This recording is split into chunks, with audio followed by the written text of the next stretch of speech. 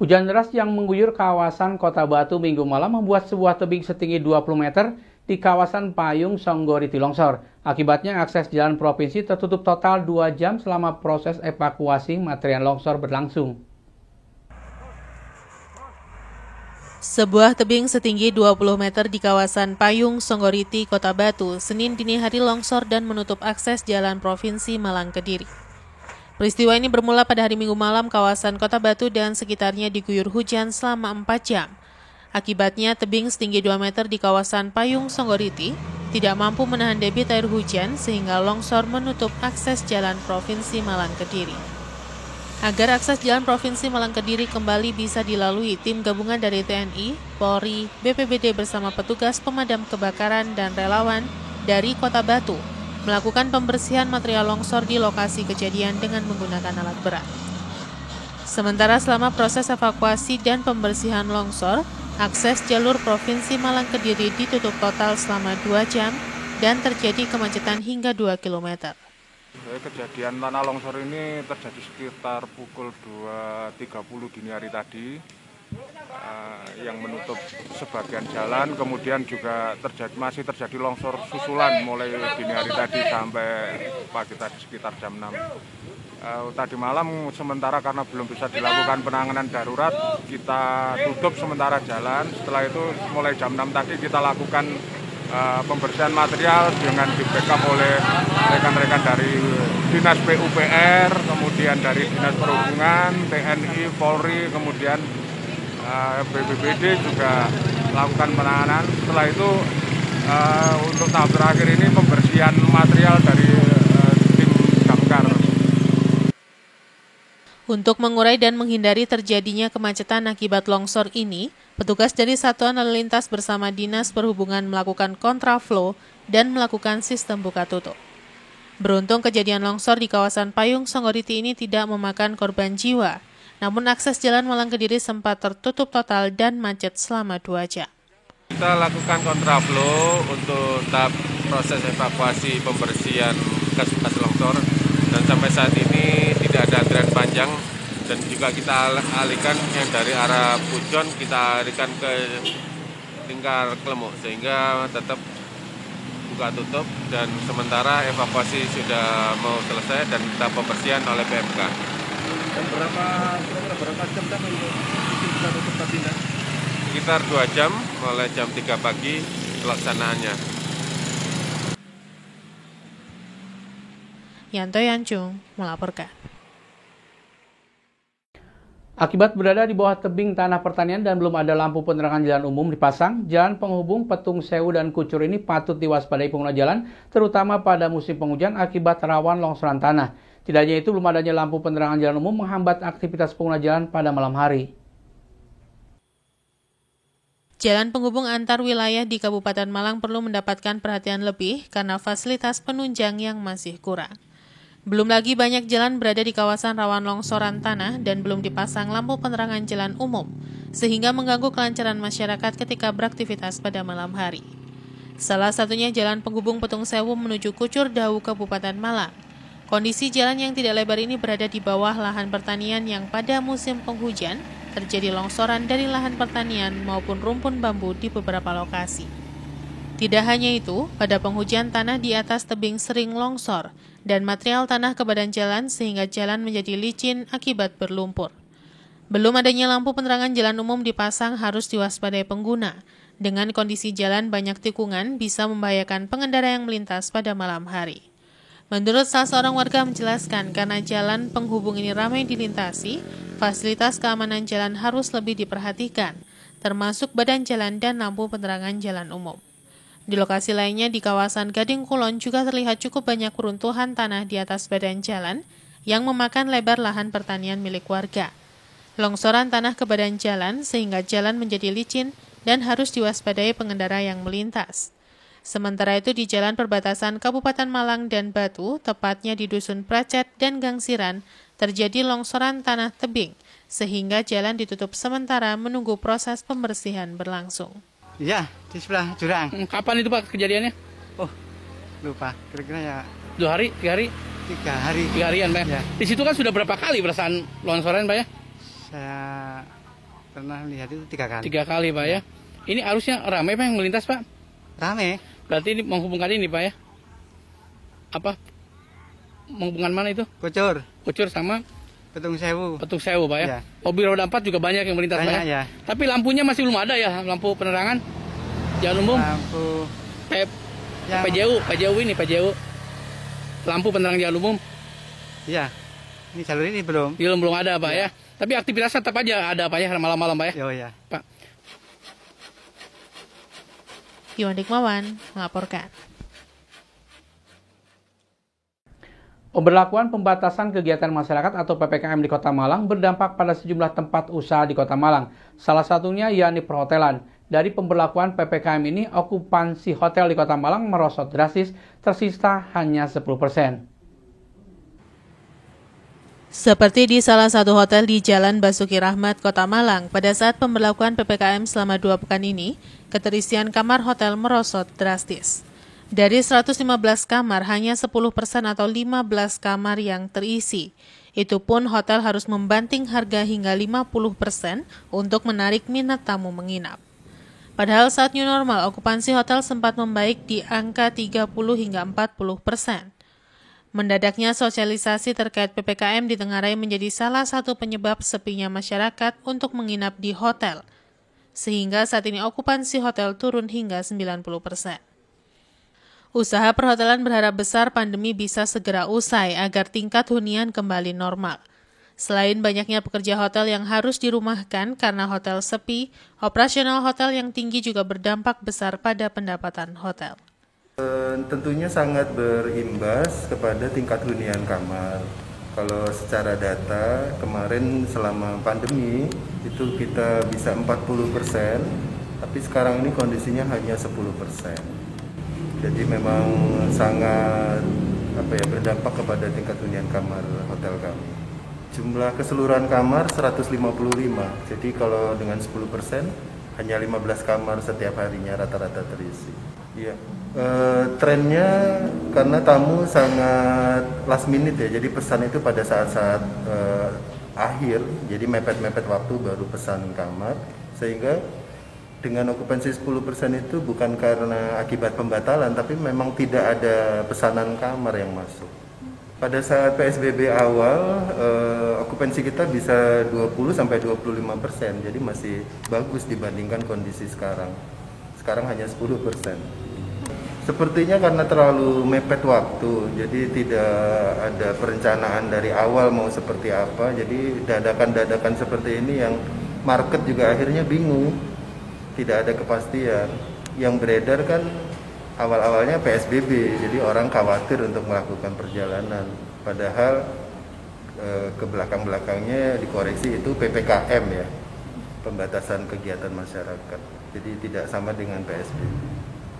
Harga kamar itu sangat dinamis, jadi kalau memang kita lihat okupansi sudah mulai ada kenaikan, maka akan diiringi juga dengan kenaikan harga kamarnya. Tapi kalau pemotongan harga kamar sekarang ini dibandingkan dengan harga masa pandemi kemarin itu 50% turunnya. Simon Alfredo melaporkan. Terima kasih Anda masih bersama kami Info 7 Malang Raya. Sudah mengalami kerusakan lama jalan alternatif penghubung Wagir dan Ngajum Kabupaten Malang menunggu perbaikan. Lubang jalan di puluhan titik mengganggu kelancaran aktivitas warga terlebih pada saat penghujan. Banyak pihak berharap jalan segera ada perbaikan demi kelancaran dan keamanan pengguna jalan pada umumnya.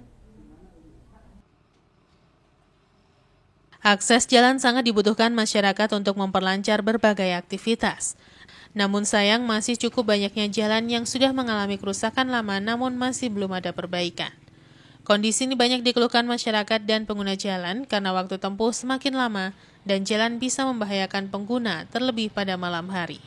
Salah satunya di jalan alternatif penghubung Wagir dengan Ngajum yang sudah banyak mengalami kerusakan di puluhan titik lokasi. Kondisi jalan yang sebagian besar sudah hilang aspalnya sehingga jalan bergelombang. Rusaknya jalan ini selain akibat berat beban kendaraan yang melintas, juga belum optimalnya saluran air pinggir jalan. Jalan yang ramai dilintasi warga masyarakat baik roda 2 maupun roda 4 dan kendaraan besar ini melintas setiap hari, pagi, siang, bahkan sampai malam hari. Menurut salah seorang pengendara yang melintas menjelaskan, kerusakan jalan ini sudah berlangsung cukup lama dan harapannya jalan segera ada perbaikan demi keamanan dan kelancaran pengguna jalan. Di lokasi terlihat kendaraan truk berat ramai melintas selain roda 4 dan roda 2. Pada penghujan, kerusakan jalan semakin parah sehingga menyulitkan ketika dilintasi oleh pengendara roda 2, terlebih pada malam hari karena belum ada lampu penerangan jalan umum yang dipasang di kawasan tersebut. Ini sepengetahuan sudah sejak kapan nih jalan ini seperti ini? Udah agak lama, Pak. Ada tahun lebih. Berapa? Setahun lebih ya. Ini aktivitas ramai juga ya? Iya, ramai. Berarti ini menghubungkan Ngajum ke kalau lewat sini bisa langsung ke Malang. Ke Malang, ke Wagir juga bisa kan? Ya, lewat tembusan. Berapa kilo kira-kira titik kerusakan ini? Kerusakannya agak parah nih sampai tengah-tengah ini. Iya, yang bagian ini ya. Yang agak parah. Sampai atas sana nanti udah agak mending. Agak mendingan, tapi ada sekitar 500 meter ya? Lebih, Pak. Lebih? Iya, lebih. Ini truk-truk kan nyambung sampai lapangan. Ya, truk-truk juga banyak melintas ya, truk-truk besar nih. Iya, kan truk ke pabrik ini. Ke pabrik ya. Mas, ini kan tentunya mengganggu ya pengguna jalan kalau kayak gini. Iya. Lampu penerangan jalan umum ada nggak? Kalau malam belum ada. Berarti gelap ya? Iya. Harapannya sebagai pengguna jalan gimana? Ya, semoga pihak yang terkait bisa memperbaiki ini lebih cepat gitu ya. Soalnya saya sering lewat sini. Kalau penghujan kan kerusakan juga semakin parah ya? Iya. Apalagi kalau aktivitas malam hari juga agak repot tadi. Kalau kayak Iwan Dikmawan melaporkan. Wali Kota Batu Dewanti Rupoko mengikuti acara penandatanganan komitmen kerjasama antara 56 usaha besar dengan 196 usaha mikro kecil menengah atau UMKM yang digelar oleh Badan Koordinasi Penanaman Modal atau BKPM secara virtual. Program yang disaksikan oleh Presiden Republik Indonesia Joko Widodo secara langsung ini diselenggarakan untuk menegaskan kembali pentingnya kemitraan antara investasi yang dilakukan oleh pengusaha besar nasional maupun asing dengan pengusaha nasional yang ada di daerah atau UMKM lokal di wilayah proyek investasi. Di Kota Batu sendiri, meski tidak ada pengusaha besar maupun asing, Wali Kota berharap pengusaha yang sudah mapan mampu membantu UMKM lokal. Penandatanganan komitmen kerjasama antara 56 usaha besar dengan 196 usaha mikro, kecil, dan menengah atau UMKM yang digelar oleh Badan Koordinasi Penanaman Modal atau BKPM yang digelar di Istana Negara ini diikuti dan disaksikan secara langsung oleh Presiden Joko Widodo. Selain itu juga dihadiri oleh para perwakilan dari usaha besar dan UMKM.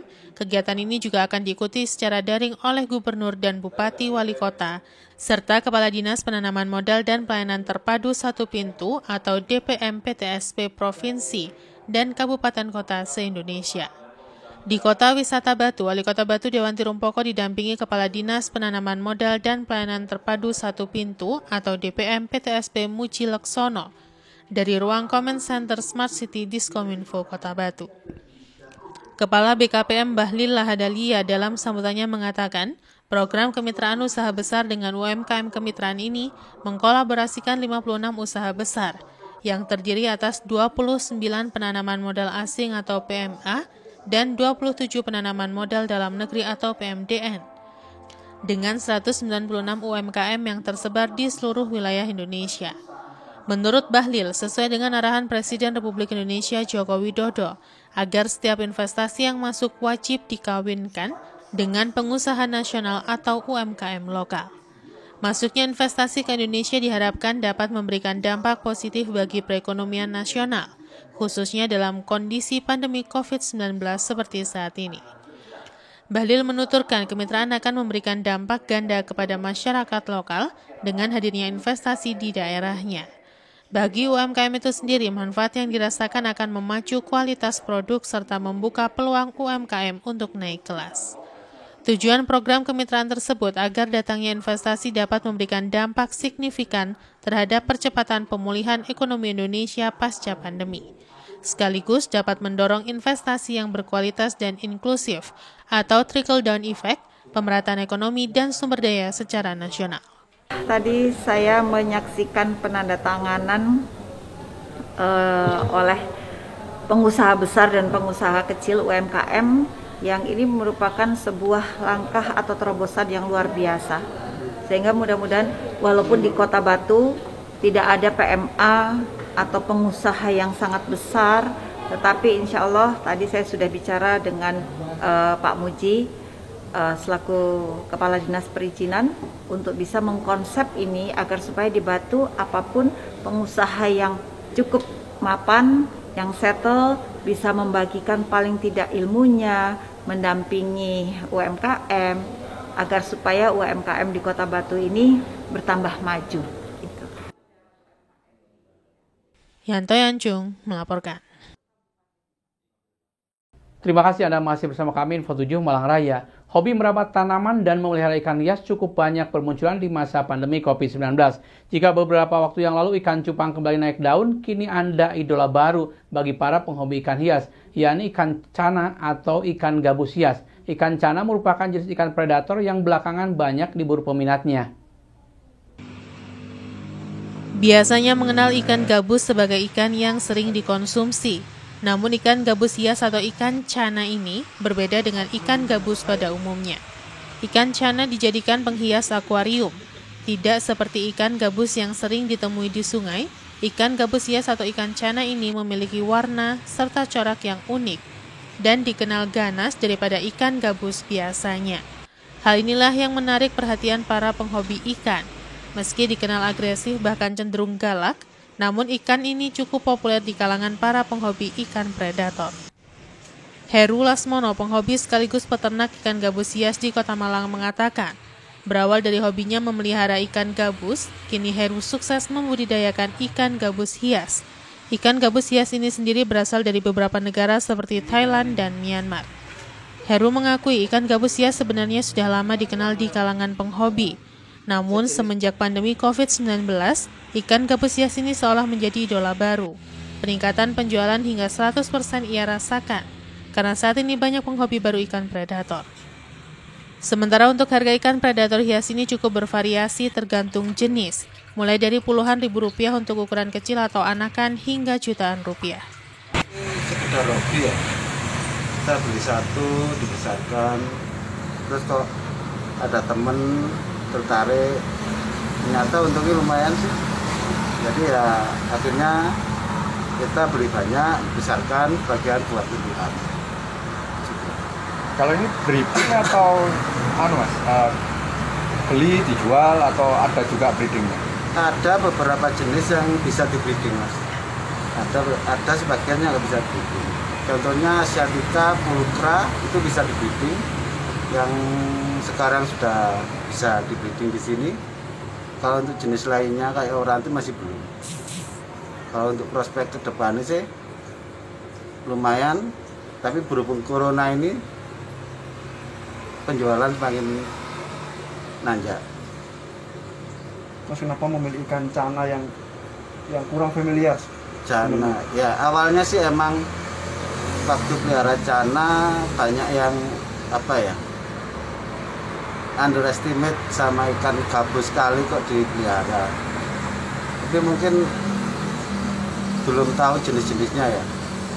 Tapi begitu sekarang tahu jenisnya dan tahu karakternya, tahu keunikannya, sekarang mulai banyak kok yang ikut saya tertarik pelihara cana atau gabus hias ini. Samping itu kalau untuk pemeliharaan lebih hemat dari ikan yang lain, soalnya tanpa aerator sama filtrasi pun bisa hidup, lebih hemat listrik gitu. Unikannya apa sih mas? Bedanya dengan ikan gabus biasa? Kalau ikan gabus biasa kayak karakter dan karakter sama kembang-kembangnya, barbarnya itu lain. Kalau yang dari lokal emang ada yang bisa bagus, tapi banyak yang polos juga. Kalau ikan ini didatangkan dari mana aja? Ini ada importir yang memasukkan ke Indonesia, kita ambilnya ke Jakarta sih. Tapi untuk importirnya ngambil ada yang India, Thailand, sama Myanmar. India, Thailand, sama Myanmar. Dan yang jenis cana africana juga ada. Mas, untuk harga sendiri bisa sampai berapa? Dari range-nya mulai BB itu ya sekitar 60.000 sampai BB-an dari 50 sampai 300.000 ada. Tapi untuk yang besar ada yang 3 juta, bahkan yang untuk Janabarga sendiri yang lebih mahal itu sekitar persentinya 1 juta. Simon Alfredo melaporkan.